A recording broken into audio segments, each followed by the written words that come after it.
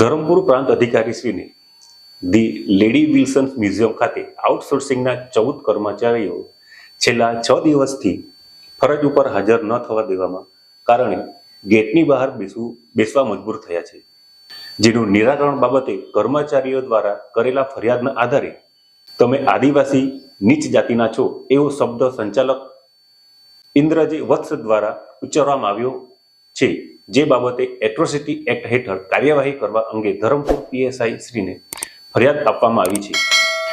14 જેટલા કર્મચારીઓ કે જેઓ પોતાની પડતર માંગણીઓને લઈને તારીખ 1/2/2024 રોજ રજૂઆત કરી હતી, જેના અનુસંધાને મ્યુઝિયમના વહીવટી કરતા એમને છેલ્લા 6 દિવસથી ફરજ હાજર થવા દેવામાં આવ્યા નથી અને જેના કારણે તેઓએ ગેટની બહાર પોતાની ફરજ બજાવવા મજબૂર બન્યા છે. શું હકની માંગણી કરવા અધિકારીઓ નથી? આજે જ્યારે ગવર્મેન્ટ કર્મચારીઓ પણ પોતાની માંગણી માટે જે તે વિભાગમાં રજૂઆત કરી રહ્યા હોય છે, તો આ આઉટસોર્સિંગના કર્મચારીઓએ એમની માંગણી કરીને શું ભૂલ કરી છે, જેમને તાત્કાલિક ફરજ પર લઈ લેવામાં આવે, નહીં તો આગામી દિવસોમાં 14 કર્મચારીઓના હિતને ધ્યાનમાં રાખીને ધરણા પર બેસવાની ફરજ પડશે. આવી ચીમકી ધરમપુર તાલુકા પંચાયતના આદિવાસી અપક્ષ નેતા સદસ્ય કલ્પેશ પટેલે ઉચ્ચારી હતી. આગળ વાત કરવામાં આવે તો ગુજરાતભરમાં ભરતી મેળાનો જમાવડો થઈ ગયો છે. જ્યાં જેવો ત્યાં ભરતી થાય છે. ભરતી એ કર્મચારીઓની નથી, પરંતુ ભારતીય જનતા પાર્ટીમાં આમ આદમી પાર્ટીના અને કોંગ્રેસના નેતાઓ ચૂંટાયેલા ધારાસભ્યોએ રાજીનામું આપીને તેઓ ભારતીય જનતા પાર્ટીમાં જોઈન્ટ થઈ રહ્યા છે. એનો ભરતી મેળો થઈ રહ્યો છે, પરંતુ તેઓ શિક્ષિત બેરોજગારો માટે ભરતી કરી રહ્યા નથી, પરંતુ કાયમી શિક્ષકોની ભરતી થઈ રહી નથી. એના માટે ટેટના પાસ ઉમેદવારોએ અનેકવાર પ્રદર્શન કર્યા, પરંતુ તેમને કોઈ રિઝલ્ટ મળ્યું નથી તેમને મળતા શિક્ષણ મંત્રી કે નથી તેમને મળતા મુખ્યમંત્રી. એમને કોઈ પણ ભારતીય જનતા પાર્ટીના ચૂંટાયેલા ધારાસભ્ય તેમને મળવા તૈયાર નથી.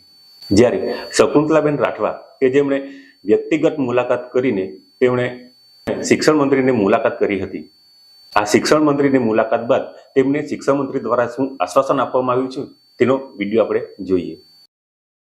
જય હિન્દ મિત્રો, હું શકુંતલા રાઠવા આજે કાયમી શિક્ષક બાબતે અને કમ્પ્યુટર શિક્ષકની ભરતી બાબતે સ્વર્ણિમ સંકુલ ખાતે ડિંડોર સાહેબને મળવા ગઈ હતી, પરંતુ ત્યાં મને ડિંડોર સાહેબ ન મળ્યા. એમના જે પીએ હતા પીએસ પટેલ સાહેબ એમને મળી અને કાયમી શિક્ષક અને કમ્પ્યુટર શિક્ષક બાબતે રજૂઆત કરી. ત્યારે એમને કીધું કે સારું, અમે સાહેબને આપના વતી રજૂઆત કરીશું.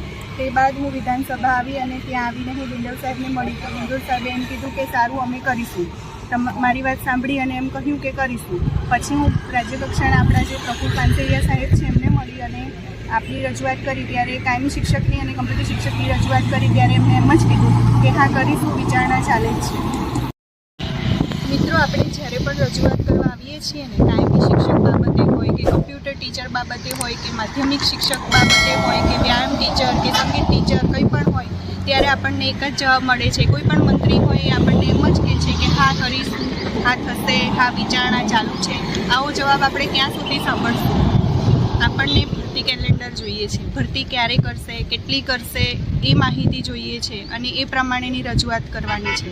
મિત્રો, આવો જે પણ લડાઈ લડે છે, હકની લડાઈ લડીએ છીએ આપણે, બધાને સપોર્ટ કરો અને એકવાર ઘરની બહાર નીકળો અને આપણે કાયમી શિક્ષકની ભરતી લાવીને જ રહીશું.